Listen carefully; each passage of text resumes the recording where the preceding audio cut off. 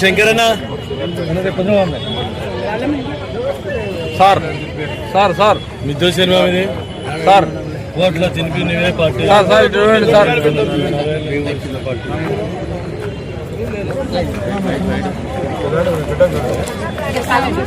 తినిపి set సైడ్కి అమరావతి అగరబత్తీలు ఊరికి అట్లా పెట్టు చాలు.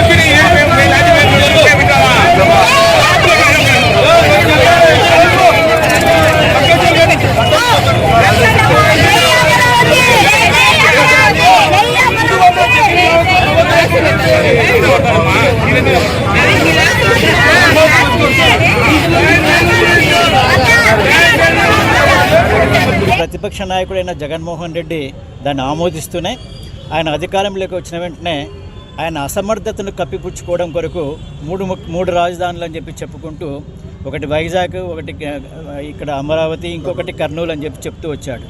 ఏ రాజధానిని కూడా నిర్మించే శక్తి అతనికి లేదు, అసమర్థుడు అని చెప్పి రుజువైపోయిన సందర్భం మనకు కనపడుతుంది. మళ్ళీ మనకు ప్రభుత్వం వచ్చిన వెంటనే నారా చంద్రబాబు నాయుడు గారు వచ్చిన వెంటనే రాజధాని నిర్మాణం అనేది పరుగులెత్తించడం మనం గమనిస్తున్నాం. ఈ సందర్భంలోనే 28వ తేదీ 28/3/2026 తేదీన మనం యునానిమస్గా మన అసెంబ్లీలో ఒక రెజల్యూషన్ పాస్ చేసుకోవడం, అమరావతి మన రాజధాని అని చెప్పి ఒకే ఒక రాజధాని అమరావతి అని చెప్పి మనం రెజల్యూషన్ పాస్ చేసుకోవడం, 1వ తేదీన నిన్నటి దినంన లోక్సభలో దాన్ని ఆమోదించేటట్లు చేసుకోవడము, ఈరోజు 2వ తేదీన రాజ్యసభలో కూడా అది ఆమోదించుకునేటట్లు చేసుకోవడం జరిగింది.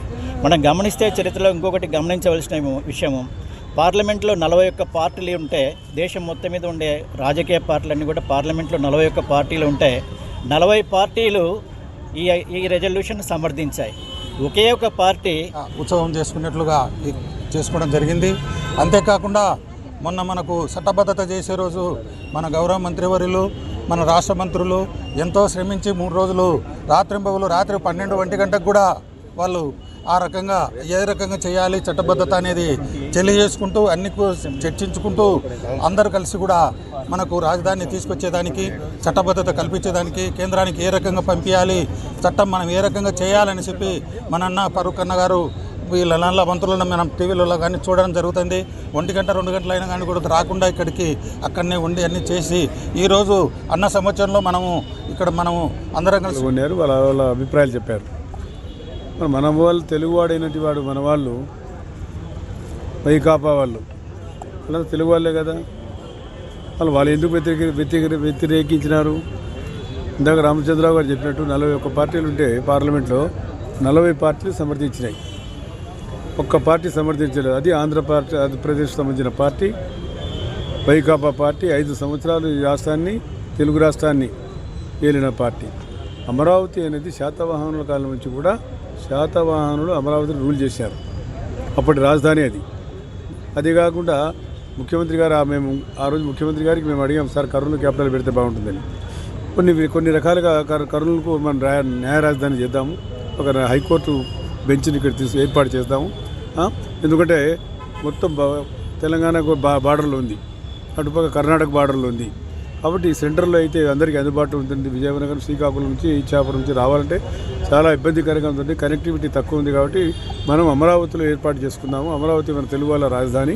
అమరావతి గతంలో శాతవాహన కాలం నుంచి సార్ అది మనది, తెలుగు వాళ్ళది, తెలుగు రాజధాని. దానికి ఆ రోజు చట్టసభల్లో అసెంబ్లీలో కూడా పాస్ చేశారు బిల్లు.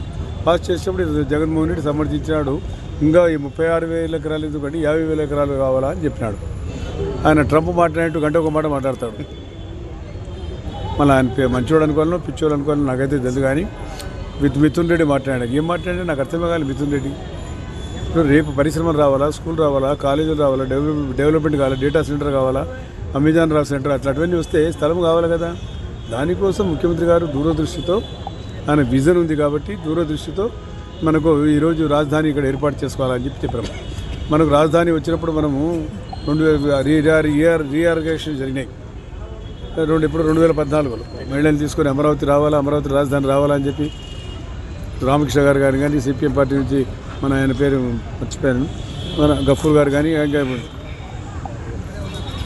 పేరు మర్చిపోయారు వాళ్ళంతా రాఘవయ్య కదా, రాఘవులు గారు అందరు చేశారు కదా. రాఘవులు వాళ్ళు కూడా సమర్థించారు బ్రహ్మాండంగా. కాబట్టి వాళ్ళకి ధన్యవాదాలు తెలియాలి. మనం అందరూ తెలుగు వాళ్ళు ఎవరైతే సమర్థించారో వాళ్ళందరికీ కూడా నేను అందరికీ నమస్కారాలు తెలియజేస్తాను. ఒక మంచి కార్యక్రమం జరిగింది. పార్టీ ప్రభుత్వం తరఫున ఈ కార్యక్రమంలో కష్టపడినటువంటి ముఖ్యమంత్రి గారికి, ఉప ముఖ్యమంత్రి గారికి